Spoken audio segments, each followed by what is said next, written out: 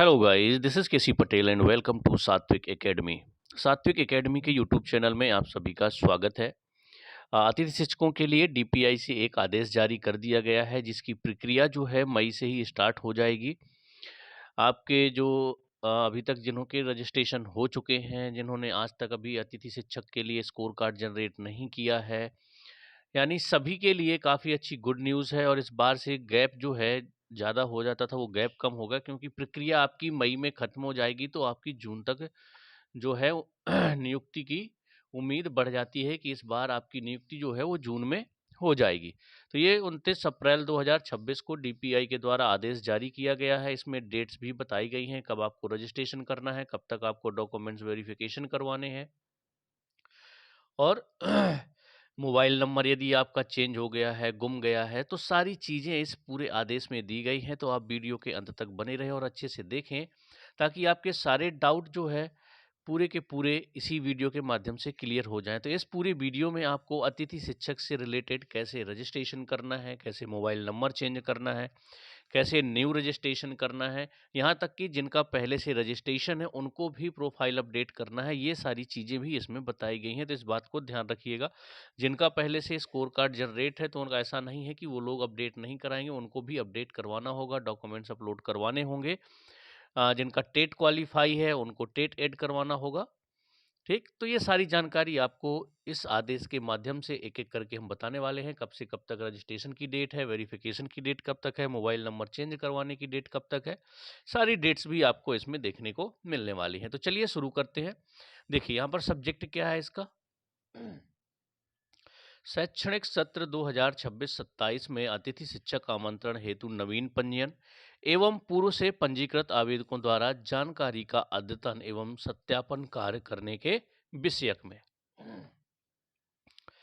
ठीक, तो यहाँ पर उपरोक्त विषयांतर्गत शैक्षणिक सत्र 2026-27 में अतिथि शिक्षक आमंत्रण हेतु नवीन पंजीयन 2 मई से एवं पूर्व से पंजीकृत आवेदकों के लिए पोर्टल पर प्रोफाइल अपडेट की कार्यवाही 12 मई 2026 से एजुकेशन पोर्टल 3.0 पर प्रारंभ की जा रही है। एक डेट देखिए, 2 मई से आपके नए रजिस्ट्रेशन स्टार्ट हो जाएंगे, और जिनके ऑलरेडी रजिस्ट्रेशन हैं उनकी प्रोफाइल अपडेट होनी है, उनकी 12 मई से स्टार्ट होगा।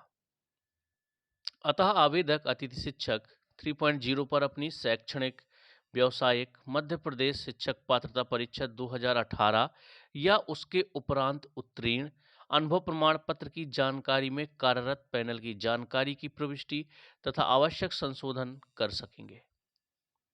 ठीक, 3.0 पर आपको क्या करना है, कैसे करना है, ये आपको 2 बिंदु दिए गए हैं। नवीन आवेदक जो पूर्व से पंजीकृत नहीं है, वे पोर्टल पर अपना पंजीयन कर अपनी शैक्षणिक एवं व्यावसायिक योग्यता के दस्तावेज अपलोड कर प्रोफाइल लॉक कर सत्यापन कराएंगे। अब ये सत्यापन आपका संकुल में होगा, किसी भी संकुल से करवा सकते हैं, ऐसा नहीं है कि आप पर्टिकुलर किसी एक ही संकुल से करवाएंगे। पूर्व से पंजीकृत एवं सत्र 2025-26 में कार्य कर चुके समस्त आवेदकों को अपनी प्रोफाइल में दर्ज जानकारी को अपडेट करना अनिवार्य है। यानी कि ऐसा नहीं है कि आपका पुराना स्कोर कार्ड है तो आप उसमें कुछ भी अपडेट नहीं करवाएंगे, चाहे वो आपका एक्सपीरियंस हो, कुछ भी अपडेट करना चाहते हैं, डॉक्यूमेंट्स आपको अपलोड करने होंगे, यानी फिर से आपको अपडेट करवाना होगा। आवेदक प्रोफाइल में दस्तावेज अपलोड कर अपनी प्रोफाइल में आवश्यक संशोधन कर लॉक करेंगे तथा संकुल प्राचार्य से पोर्टल पर सत्यापन की कार्यवाही करवाएंगे। ठीक, तो ये 2 चीज़ें समझ में आ गई कि जिनको नया रजिस्ट्रेशन करवाना है उनको तो ज़रूरी है ही, जिनका ऑलरेडी रजिस्ट्रेशन है उनको भी अपनी प्रोफाइल अपडेट करनी है।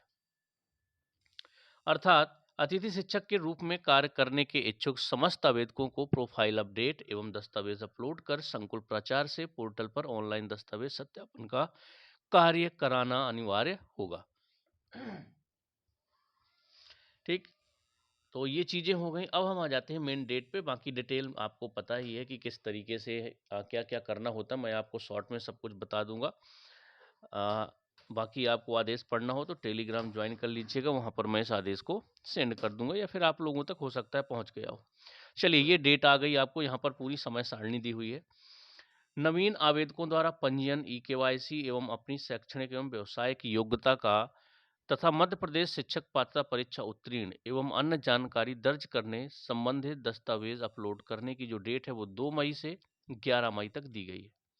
इसके बाद बात करें आवेदकों के पंजीयन में दर्ज जानकारी का सत्यापन कार्य जो कि संकुल प्राचार्य के द्वारा किया जाएगा, वो 4 मई से 11 मई तक आपका किया जाना है। अब आ जाते हैं जो पूर्व से पंजीकृत है उनके लिए। पूर्व से पंजीकृत समस्त आवेदकों द्वारा प्रोफाइल अपडेट करना एवं पंजीयन में दर्ज जानकारी में आवश्यक संशोधन करना तथा अनुभव की जानकारी में पैनल की जानकारी दर्ज करना। ठीक, अनुभव की जो पैनल होगा उसमें पैनल की जानकारी देना होगा। पोर्टल 2.0 पर पंजीकृत ऐसे आवेदक जो पोर्टल 3.0 पर विगत सत्र में पंजीयन की कार्यवाही नहीं कर सके हैं, ऐसे आवेदक द्वारा पोर्टल 3.0 पर पंजीयन करना, प्रोफाइल अपडेशन करना, पंजीयन में दर्ज जानकारी में आवश्यक संशोधन करना तथा अनुभव की जानकारी में पैनल की जानकारी दर्ज करना। इसकी डेट 12 मई से 22 मई तक रखी गई है। ये काम आवेदक द्वारा किया जाएगा। आवेदकों के पंजीयन में दर्ज जानकारी का सत्यापन कार्य संकुल प्राचार्य के द्वारा 12 मई से 22 मई तक किया जाएगा।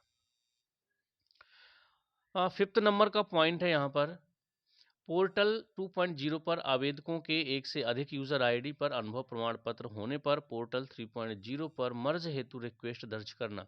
जो इसके पहले का पोर्टल है वो 2.0 था, यदि उसमें एक से अधिक यूजर आईडी हैं तो उसको पोर्टल 3.0 में मर्ज करने हेतु जो रिक्वेस्ट की डेट है वो 12 मई से 22 मई तक ही रखी गई है। आवेदकों के पोर्टल 2.0 में एक से अधिक यूजर आईडी को पोर्टल 3.0 पर अनुभव मर्ज रिक्वेस्ट का सत्यापन वो भी 12 मई से 22 मई तक रखी गई है।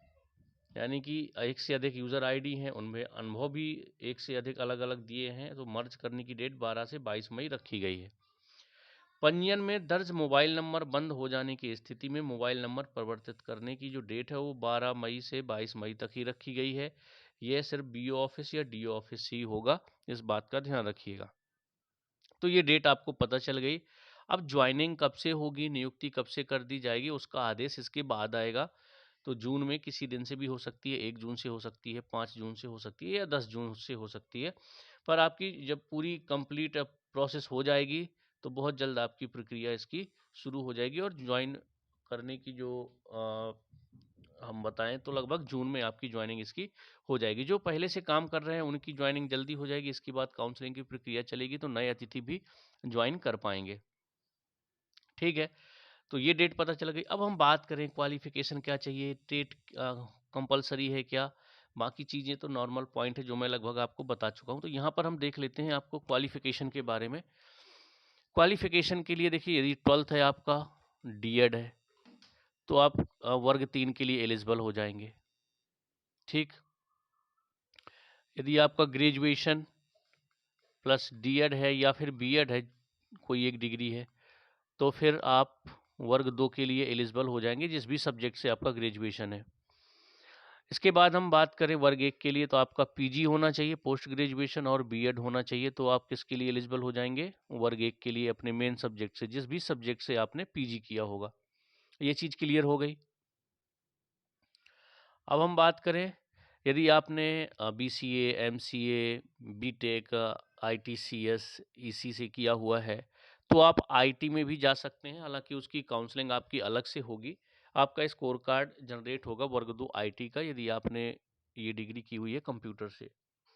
ठीक, जैसे बीसीए, एमसीए वगैरह किया हुआ है, एमएससी कंप्यूटर साइंस से किया हुआ है, बीएससी कंप्यूटर साइंस से किया हुआ है, तो आपका स्कोर कार्ड आईटी का जारी हो जाएगा, क्योंकि इसी के थ्रू आपके जो कंप्यूटर इंस्ट्रक्टर की भर्ती है वो भी होगी स्कोर कार्ड के अकॉर्डिंग ही।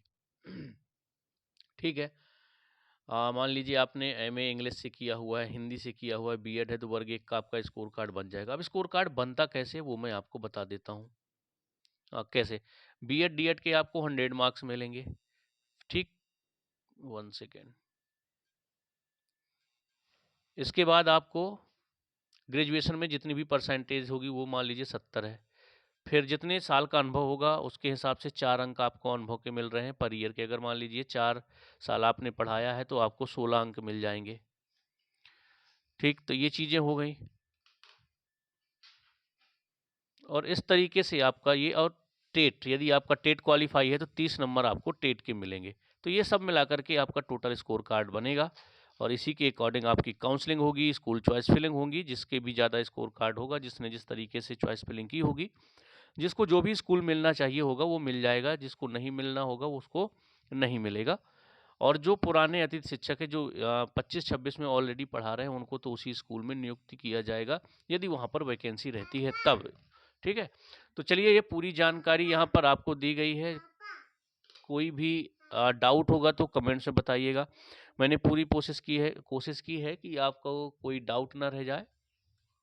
पूरी प्रक्रिया बता दी है आपको करना क्या है।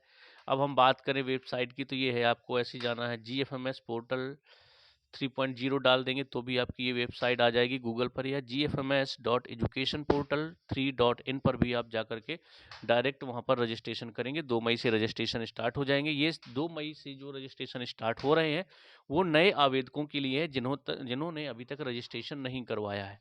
ठीक है, तो जितने भी ऐसे लोग हैं इच्छुक हैं अतिथि शिक्षक में पढ़ाने के लिए तो वो लोग अपना रजिस्ट्रेशन करवा सकते हैं। तो चलिए कोई भी डाउट होगा कमेंट्स में बताइएगा। मिलते हैं हम लोग नेक्स्ट वीडियो में। कोई भी डाउट हो बिल्कुल आप कमेंट्स में बताइएगा। ज़रूरत पड़ी तो मैं वीडियो के माध्यम से सारे डाउट आपके क्लियर कर दूंगा। जैसे ही 2 मई को आपकी लिंक ओपन होती है मैं एक रजिस्ट्रेशन करके दिखाऊंगा कैसे करना है, कौन कौन से डॉक्यूमेंट्स मांग रहा है, क्या प्रोसेस होगी, किस तरीके से आपको रजिस्ट्रेशन करना है वो भी मैं आपको बता दूंगा। तो चलिए मिलते हैं नेक्स्ट वीडियो में।